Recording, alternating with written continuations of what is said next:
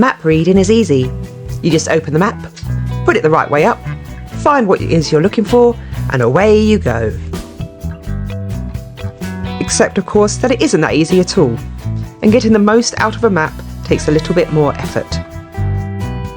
The first thing to remember is that everything on the map means something, so once you understand that, it all becomes quite logical.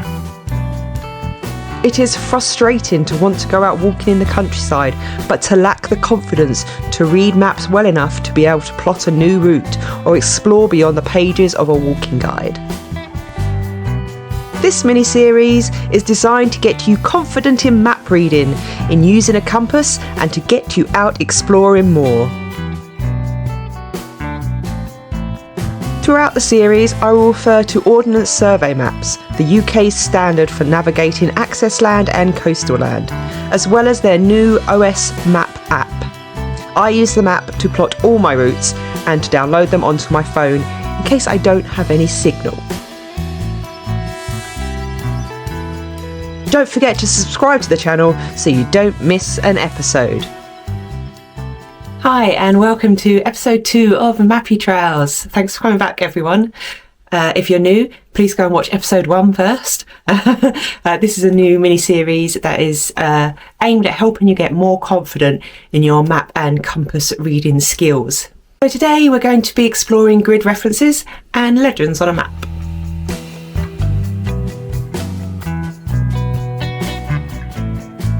Have you ever looked at a map and wondered how to pinpoint a specific location or to understand the symbols that are being used on a map? Well, today I'm going to try and demystify that for you. As always, please don't forget to like, comment and subscribe to the channel so you don't miss an episode of Mappy Trails or my weekly hiking and van life vlog. So let's start today's episode off with grid references. Grid references are a way of precisely locating a point on a map using a grid system. Just like a game of Battleships, the map is divided into squares, each with its own unique reference number. If you look at an Explorer or Land Ranger map, you'll see thin blue lines superimposed on them. This is called the National Grid. It's a unique referencing system that is applied to the British Isles on maps of any scale. Once you understand the grid, you can give your position or identify the position of any feature simply by using a combination of letters and numbers. If you've ever used what 3 words to let someone know where you're parking up for the night, then this will sound like familiar practice for you, as it uses the same sort of idea. In this diagram, each square is 100 kilometres in each direction and is assigned 2 letters, and by using them as part of a grid reference, it makes it possible to pinpoint to within 100 kilometres where a place is. For example, the Peak District, my favourite hiking area, is predominantly in square SK, and that's what we'll be using as an example throughout today's episode. Knowing how to give and read grid references is vital in identifying the location of particular places you plan to visit. This skill is a fundamental part of map reading, planning a hike and navigation. There's no real mystique to it. They are quite logical and easy to use. You just have to understand them first. So as mentioned, the National Grid is 100 kilometre squares, which isn't particularly useful for hikers. And so for those of us who are walking, we subdivide these 100 kilometre squares into smaller squares that represent 10 kilometres. If you look closely at the bottom of the OS Explorer map, along the bottom and sides you'll notice the blue lines are a bit heavier than the rest. These are the boundaries of a 10 kilometre square. Because Explorer maps cover an area larger than 10 kilometres, there is more than one 10k square on each map. Using this system, we can identify any 10k grid square and arrive at a 10k grid square reference. So after we have our letters and we go down to our 10k grid reference, we now use numbers on the map, which allows us to narrow down an area of interest. To get accurate numbers, you read from left to right, which is known as the easting, and from the bottom to the top, known as the northing. So if we go back to the Peak Districts, which is area SK, say we want to have a look around the area of Eam, which is a wonderful village that I did a hike in, but if we're looking at the area of Eyam on an Explorer map, we get SK, because it's the Peak Districts, and 2, 7. So the area is 2 across left to right, and then from bottom to top, 7. That's still a really big area, and it isn't enough of a sufficient degree of accuracy for hiking. And so we must subdivide the square further using units of 10. So for our SK27, we would now have SK, a 20 and a 70. It's the same square, but we've got a bit closer to it and can identify squares just 1 kilometre in each direction. So say we're planning a walk not just in the area of Eyam, but specifically Eyam Moor. When we look at the map, we get a reference of SK for the Peak District, then 2379. This gives us the area of Eyam Moor. And while it is a great reference point, it still isn't close enough for walking. If I wanted to say where I was within Eyam Moor, just giving you that 10 kilometres in every direction is not going to help you find me. So again, we need to zoom into the area to get 100 metres square, giving us a 6-figure reference number, which is much more useful for hiking. You can get square references for 8 and 10 as well, but for hiking, we only need to go to 6 figures. These last subdivisions are only around the borders of the map. So there's no blue lines on the map itself to give you these subdivisions.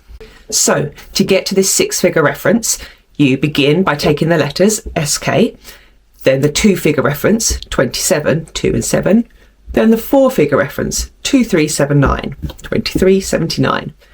And finally, estimate the 1/10 subdivision. So this is done by eye. You follow the map along. If you're using the OS map app, it doesn't actually have this on there, so you do have to just guesstimate by eye.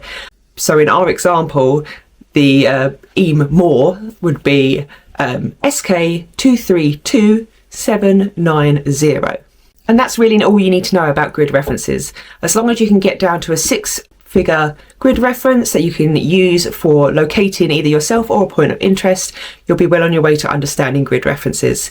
And if you're out and you should need a reminder of how to use this system, there is always an explanation given in the map legend on the OS Explorer and the OS Land Ranger maps.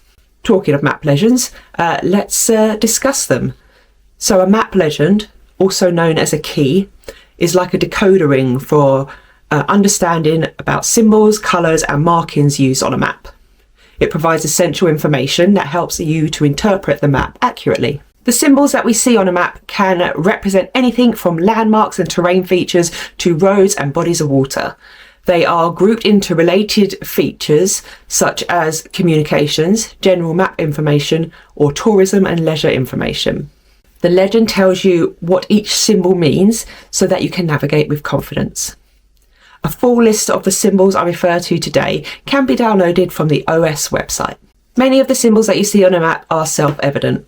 A river, a road, some vegetation, but they also reflect differences that might not be immediately obvious and could have major consequences if you misunderstand them. In many instances, knowing if a church has a steeple or a tower might not be relevant or important while planning a route. But if you have one of each in view fairly close to each other on your route, it can help you to assess which one you are aiming for whilst you're out walking. Here are some examples of symbols on an Explorer map. How many of them can you name?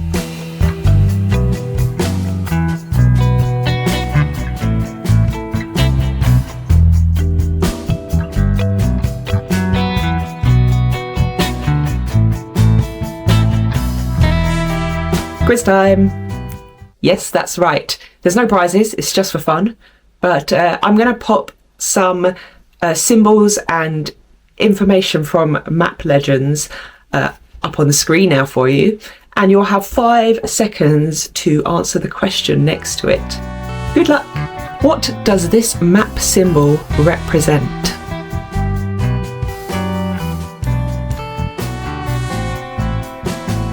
Cave.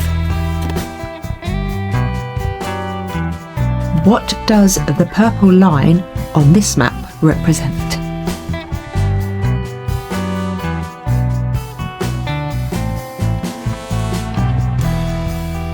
National Trust for Scotland Open Access Land Boundary. What is the significance of this font on a map?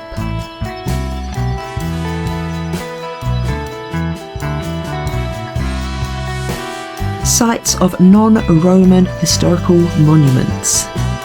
What do these green diamond symbols mean?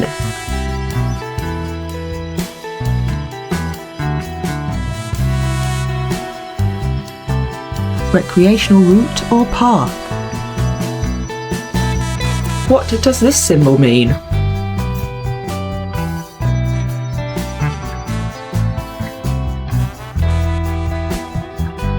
Water activities, specifically boarding. What kind of path or road is this?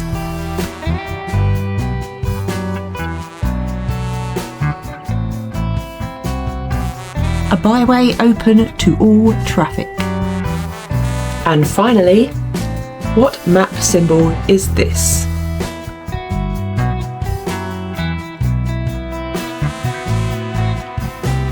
Youth hostel. So, how did you do? It's always worth spending some time studying the map legends and, to begin with, identifying the features that you are most likely to need to know. If you're hiking in the Peak District, it's unlikely that you'll ever need to know the difference between an operational and a non-operational lighthouse. But you may need to know the difference between a year-round information centre and a seasonal one, as well as viewpoints, parking and visitors centres. While it might seem confusing at first, given the vast amounts of information that these legends and keys convey, it really does make reading maps a fascinating and fun activity. So the next time you're exploring with a map, remember the power of grid references and the secrets that legends hold. They are your trusty companion for navigating the world around you with ease and precision. Thank you for your continued support of this journey with me as we go about uncovering essential map knowledge. If you found this video helpful, please don't forget to like and subscribe for more hiking and van life content. Next time on Mappy Trails, we'll be looking at map contours, how to spot heights, and how to interpret the information the map is giving you. Happy mapping, everyone. See you on the trail.